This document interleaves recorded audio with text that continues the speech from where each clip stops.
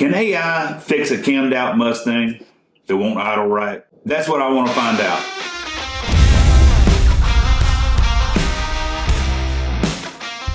So at this point, we've swapped intakes, installed new vacuum lines, added the new cold air intake, and it still wasn't right. So I had been through this car trying to adjust different things. You know, I'd gone through trying to set the timing. I had gone and tried to set the idle. I had tried to set the TPS, and I didn't know if I was doing it in the right manner or doing it out of order. I finally decided I'm going to go and ask Chat GPT. I'm going to see what it says. So I get on Chat GPT and I say, all right, what is Ford's proper new startup procedure on a Mustang GT? It comes back with a whole list of the procedures. Set your base timing first, disconnect the battery and let the ECU clear. I go through the whole procedure and do exactly what it says, and the Mustang is still surging. It is surging hard like it's about to launch out of the driveway. At this point, I'm thinking, this thing, I swear, I follow the book and it still writes me a new chapter. So after going through the procedure that ChatGPT gave me and still having my surge, I come back and I start telling it a little bit more. So, all right, so this is a 306. It's a 302 that's bored out to a 306, and we put a cam in it. So ChatGPT is like, well, send me the cam card. So I go and get the cam card, take a picture of it, send it to ChatGPT. And it comes back with this whole spread about my cam and all the different stuff. But one of the things it says is with that lobe separation, you're going to have a vacuum drop, and that's probably your problem. It even started talking to me about folks that drill or slot the idle air control valves. I said, hold on now, pump your brakes a little bit. I'm not ready to go full mad scientist on it just yet. You know, it's wild. You spend all this money on performance and putting a cam in it, and the first thing it does is it fights you right from the start. So then ChatGPT starts asking me about fuel injectors. Of course, I'm not sure. I've got yellow ones. I don't know if you can see that number. I scribbled on it with Sharpie and then tried to wipe the surface off to make the number stand out a little bit more, but that's the number on the fuel injector that you would need in order to figure out what fuel injector you have. Then it started asking for numbers off of my mass air sensor. So I send it the numbers for the mass air, and it comes back and tells me that I've got a misconfiguration between my mass air, my cold air intake, and my fuel injectors. All those things have to jive together. It suggests that I get a new mass air unit. So I ask it, ChatGPT, what is the best mass air that I can get? Well, it comes back and tells me Pro M Racing is the mass air of choice. The mass air was set up for 19-pound injectors, which is what was on the car. It also tells me that I really need to go to at least 24-pound fuel injectors, that the 19s are just going to be insufficient with the 306 with the cam and the Edelbrock intake. So what I'm about to do now, we're going to take our intake back off again. We're going to remove these fuel injectors, go ahead and install some 24-pound injectors. So tomorrow, the UPS guy is supposed to be dropping me off a part from Pro M Racing. We're getting a new mass air meter, so we'll be excited to see that get here. But right now, we need to start tearing this down and getting ready to start putting these new fuel injectors in. So that's what we're about to do. I'm doing my throttle cable.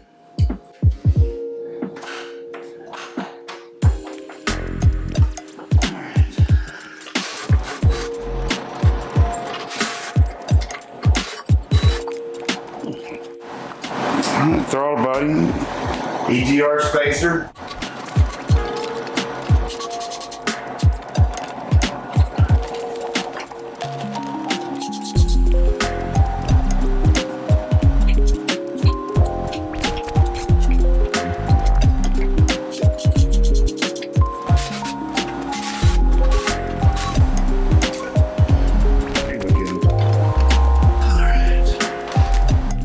So we got it broke down as far as we're going to break it down. Now it's time we got to go ahead and get our new fuel injectors, get those in, get our fuel rail mounted back down. Then we can go ahead and put our upper intake back on. We'll be ready for whenever our mass air comes in.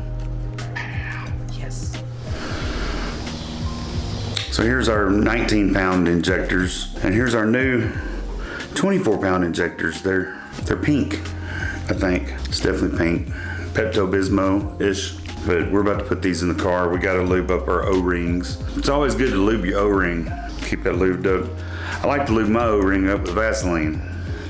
But seriously, they did suggest that I looked, what's the best thing to lube the O-ring with. And Vaseline was mentioned, so use Vaseline. Alright, I've got my petroleum jelly. I'm not going to go crazy on it. I just want to put a little coat on there. A well-lubed O-ring makes all the difference. I've lubed all my O-rings, so I guess we're ready to stick them in the motor.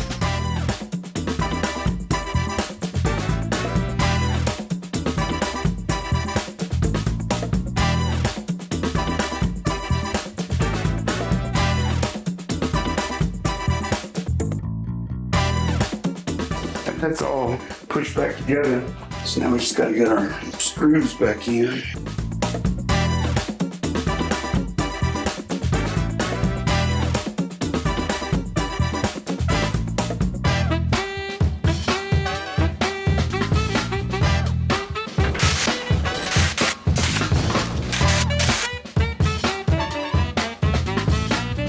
All right, there's my pink fuel injectors.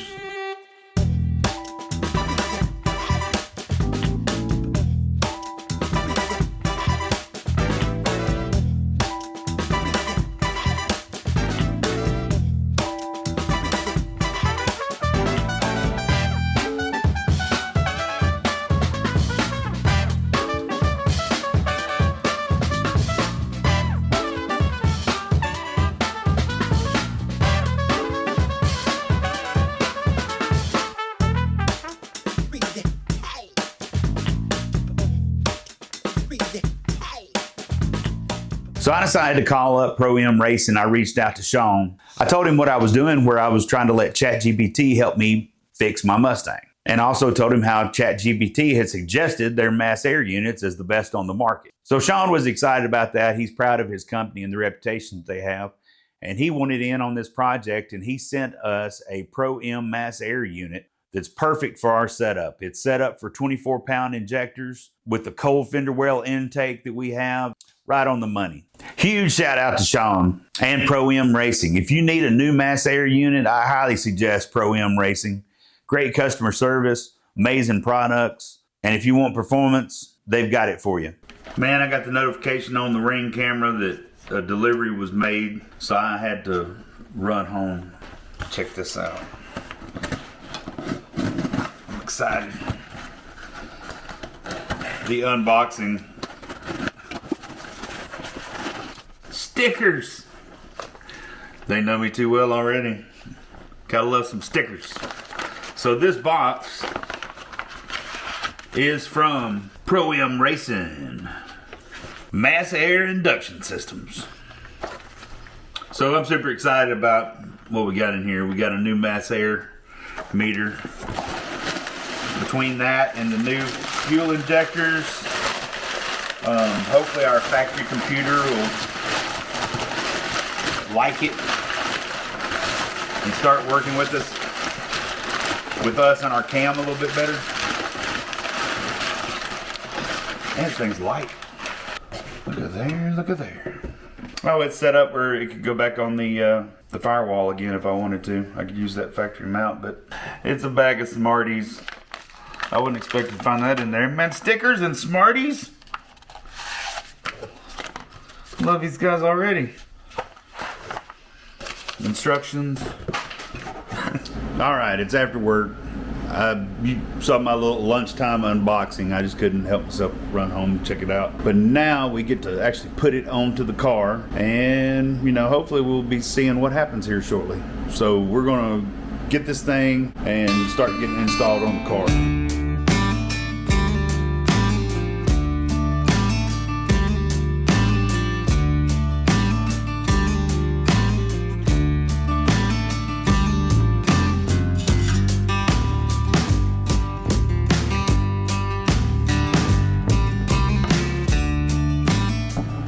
I'm gonna go here and try to put this thing on this car.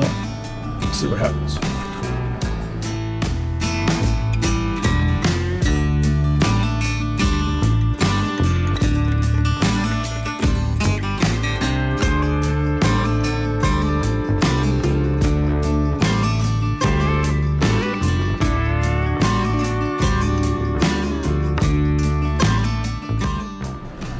So everything's plugged in except for the battery. But I did take this TPS off just for kicks and giggles. Let's assume the idle's still set good from where we had it set the other day. So I can set my TPS back to where it was, or a good voltage range. And then we'll, I guess, go through all the motions, because the battery, the computer should be drained, so the tune should be gone.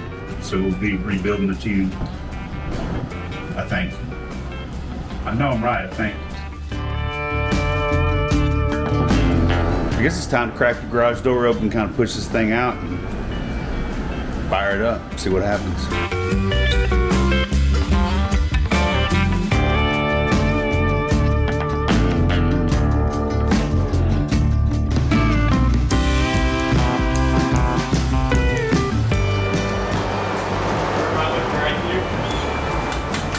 Well, you know, the fuel rails, the fuel injectors are lined up down each side. So yeah, just kind of eyeball and like shine up in there. Just make sure that you don't see any fuel leaks anywhere. You know, and if you do, just let me know where I can just shut it off real quick. Can Chat GPT help me fix the Mustang?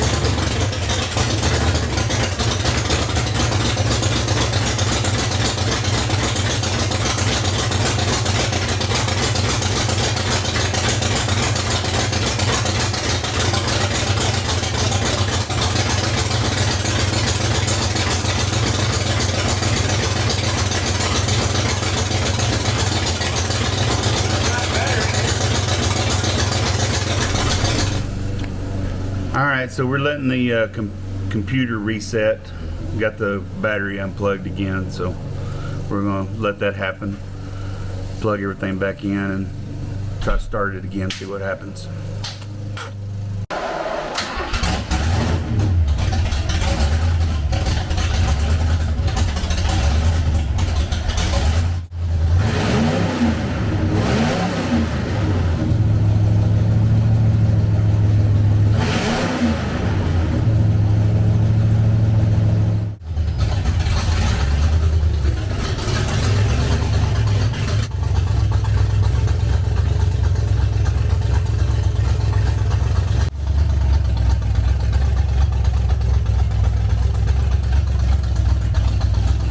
I decided I'm going to take Brendan on a spin around the block.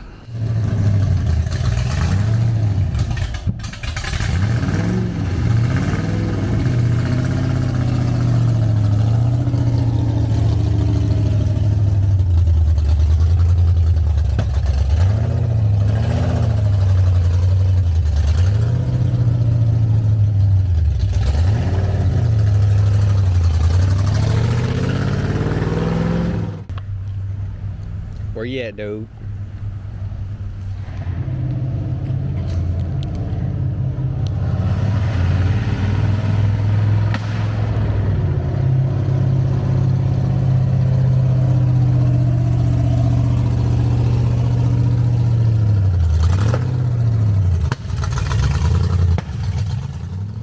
All that backfiring had me really messed up. I'm glad I figured out finally that the spark plug wires were swapped. I don't think cars are supposed to make that noise. Only cool ones do. Well, I think we're another step closer. I don't know if we're quite there, but it's sounding better than it has. I don't know what the backfires and all that kind of stuff is. Well, I figured out me and Ben had taken the spark plugs out to clean them and re-gap them. And somehow somebody, Ben, got the spark plug wires crossed up on cylinder 3 and 4. And it seems like whenever the fans kick on, it makes the idle surge kind of increase. But the one thing about it is the fan relay, I got key on power, but I think I got it off of the O2 harness, so I may need to find a different place for key on power, because I don't know if that's messing with the O2 readings. I wouldn't think it would be. It's basically just triggering a relay, just key on power. I don't know. It's a thought. Won't keep scratching my head trying to figure this out. I decided to ask Chat GPT what it thought about tapping into the O2 harness for power. And it thought it was probably a pretty good idea to move it. It could be causing us some problems. All right, so yesterday me and the boys, the new mass air meter come in, we hooked that up. We got our new injectors in. I tried to go through base idle reset and get the car running right. It was better. I do think it was better, but it's still not right. We still hit idle surge. Like when the fans kicked on, it really went into idle surge. I'm not sure if that was related or not. Maybe it just hit the, I don't know if it's open loop or closed loop, whatever. It's like the car runs good at first when you start it, when it's in that like closed loop, and then whenever it opens up or whatever, it starts chasing itself.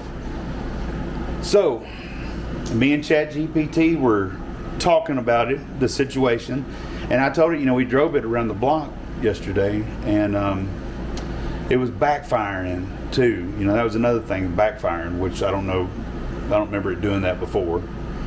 And it said that the symptoms that I was talking about, and the fact that I noticed when it was running, which I didn't know, I was getting like 70 pounds of fuel pressure while the car was running. So I went back and told ChatGPT that I had 70 PSI, and it's like, whoa, that's kind of high. ChatGPT said that I probably need to look at my fuel regulator. And I asked, you know, is there a way to adjust it, or what should I look for? What's the troubleshooting?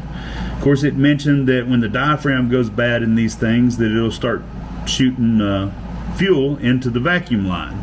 This fuel pressure regulator may be part of my problem. We're going to work our way through this. We're going to get it all figured out.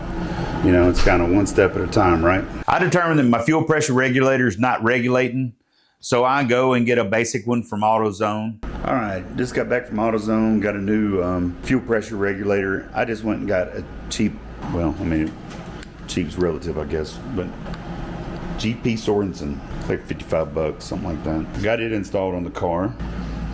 That was a little bit of fun to install. You got 4mm screws coming up from the bottom side, and there's, you know, all kinds of stuff in the way. I just went ahead and detached that bracket right there with the throttle cable and got it out of the way. I managed to get it done with my tiny little watchet. I've disconnected the negative battery terminal.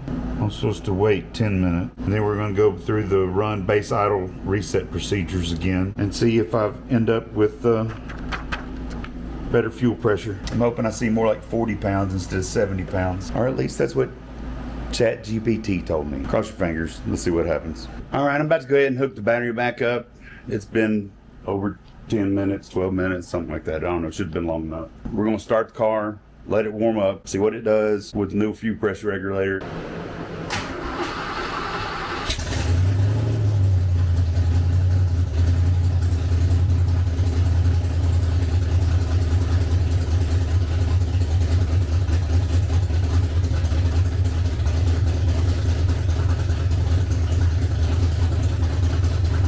So we throw the new fuel pressure regulator on there, and just like that, the idle all of a sudden is smoother. The throttle seems happier. That old regulator was hanging on like a tick on a hound dog.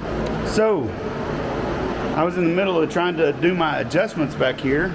Something caught my eye. There was fuel flying out back here.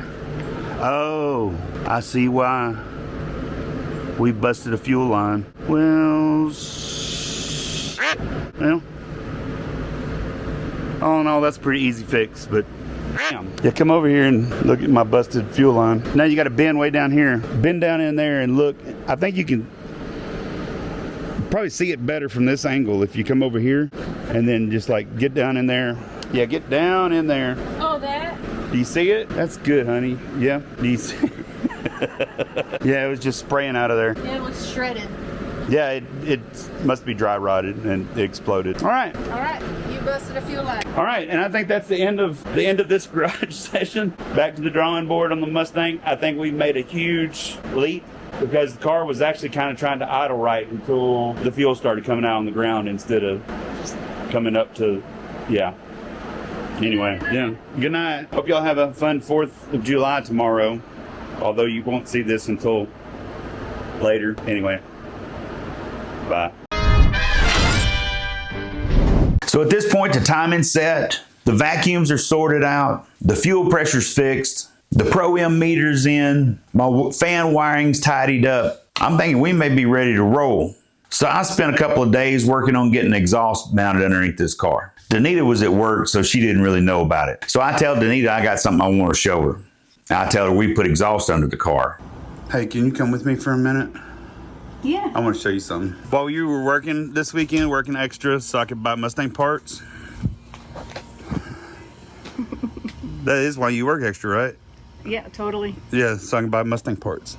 So I worked on the Mustang some, and car's running.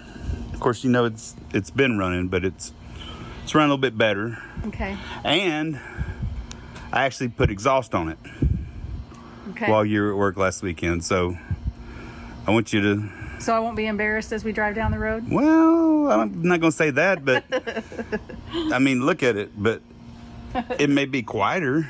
Let's start it up and see what it sounds like.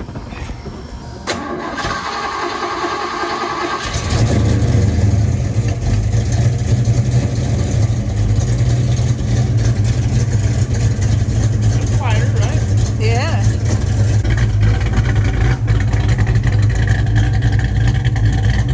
Sounds good back here. And I said, hey, let's go for a ride.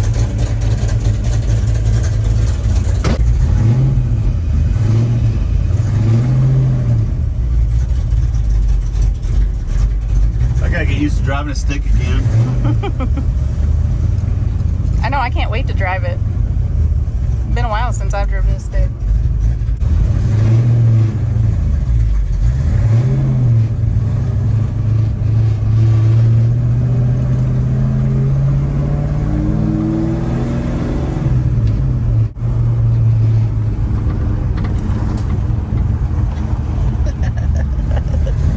It's really low, and like we bottom out, it will bottom out and drag.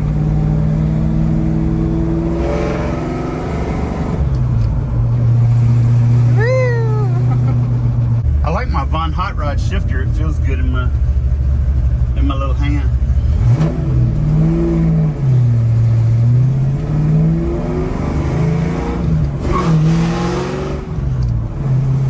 Oops, I caught a little second gear there. Sorry, baby. My bad.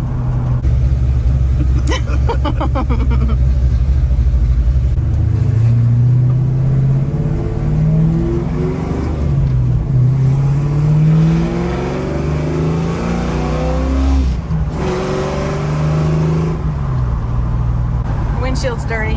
It's not dirty. That's the windshield. That's the reason I got to get a new windshield. Oh, that's right. You told me that.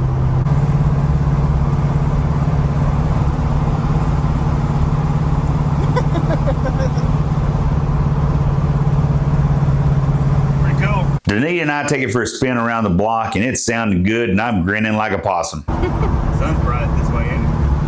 Yeah, it is.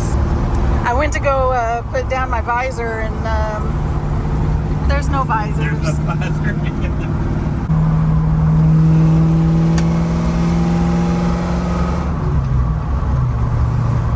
Oh, there's fifth gear overdrive.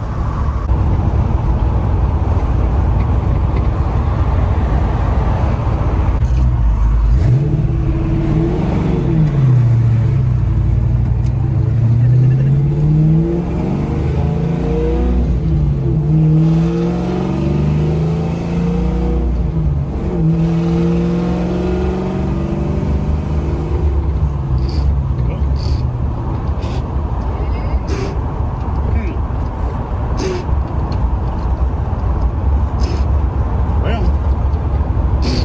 why does it not want to go into fourth gear? Then all of a sudden, fourth gear disappears. I can't get it into fourth gear.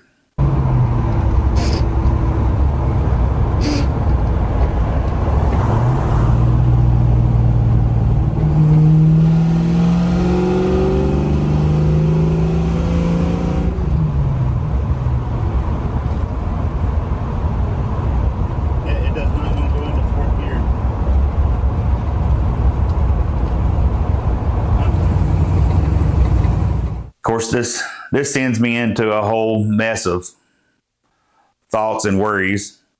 And we go on. I throw it into fifth. So we're heading back to the house at this point.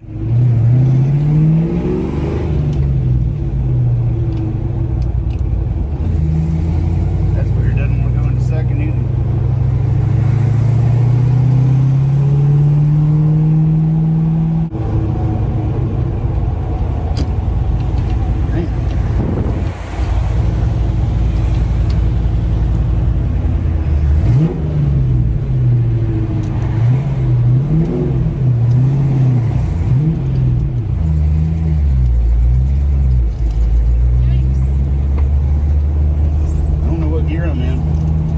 Something's up with the transmission or something.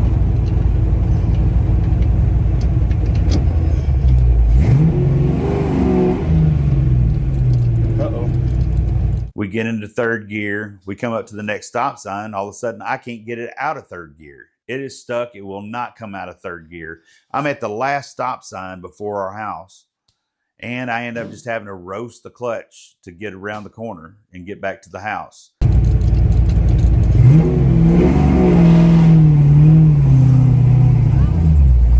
Boy, it's smoking the clutch. I don't know what gear we're in, but that's the one we're getting to the house in. God, you smell it? Yes.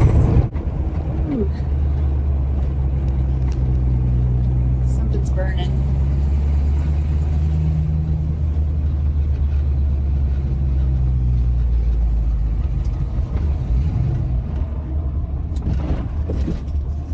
Rough landing, but we made it. All right. Well, we're back. Well, another adventure. We go a little further every time. Woo! As we're about to pull into the driveway, the car totally dies. So me and Danita took the car on a little spin around the block the other day, and I don't know what happened. The transmission went south on us, and the car got stuck in a gear, and I couldn't get it out. So I got some problems in the transmission. Yay. So the next afternoon, after the test drive, we were going to start the car. The car wouldn't start. So I think I may know what it is. I'm about to go investigate and find out.